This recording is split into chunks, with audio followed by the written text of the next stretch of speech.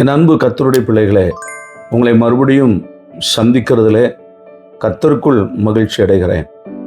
ஆண்டவர் உங்களை ஆசீர்வதித்து எல்லாவற்றிலும் நீங்கள் சுகமாக இருக்கும்படி உங்களை வாழ்த்துகிறேன்.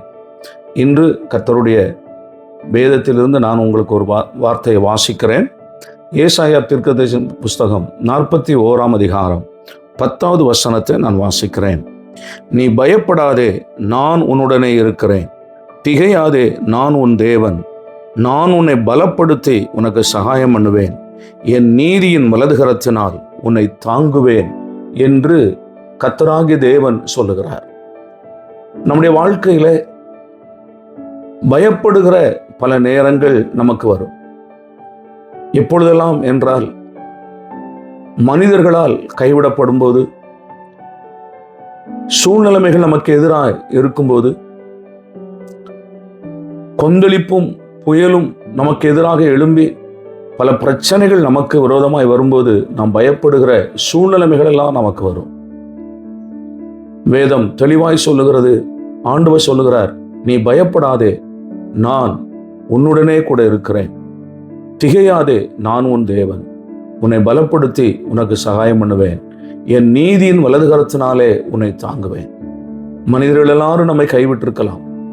எதிரான சூழ்நிலைமைகள் நமக்கு வரலாம். ஆனாலும் பயப்படாதிருங்கள், திடன் கொள்ளுங்கள், நான் உங்களுடனே கூட இருக்கிறேன் என்று சொல்லுகிறார். இந்த காலவேளையிலும் கர்த்தர் சொல்லுகிறார், நான் உன்னுடனே கூட இருக்கிறேன், பயப்படாதிருங்கள். சர்வ வல்லமையுள்ள தேவன் உங்களோடு கூட இருக்கிறார். அவர் உங்களுக்கு பெரிய காரியங்களை அவர் செய்வார். அவர் மேலே விசுவாசமாயிருங்கள். அவர் தாமே உங்களை ஆசீர்வதிப்பாராக. நான் உங்களுக்கு ஜெபிக்கிறேன். கண்களை மூடி என்னோடு கூட சேர்ந்து ஜெபிக்கும்படி கேட்கிறேன். சர்வ வல்லமையுள்ள தேவனே, எங்கள் பரலோக பிதாவே, உம்முடைய வார்த்தை சொல்லுகிறது போல, பயப்படாதே, நான் உன்னுடனே இருக்கிறேன்னு சொன்னீரே. இதை கேட்கிற ஒவ்வொரு பிள்ளைகளுடைய வாழ்விலும் ஆண்டவர் கூட இருப்பீராக. ஆண்டவர் எந்தெந்த இடங்களில பயப்படுகிறார்களோ, கெட்ட சொப்பனத்தினாலே மனிதர்கள் தங்களை கைவிடும் போது வியாதி உள்ளவர்களாய் பயப்படுகிறார்களோ, அங்கே நான் உன்னுடனே கூட இருக்கிறேன்னு சொன்னீர். உம்முடைய வார்த்தையில் நீர் உண்மை உள்ளவர். நீர் கூட இருந்து உம்முடைய பிள்ளைகளை பாதுகாத்துக் கொள்ளும், அவர்களை ஆசீர்வதியும். உம்முடைய நாமமே மகிமைப்படட்டும்.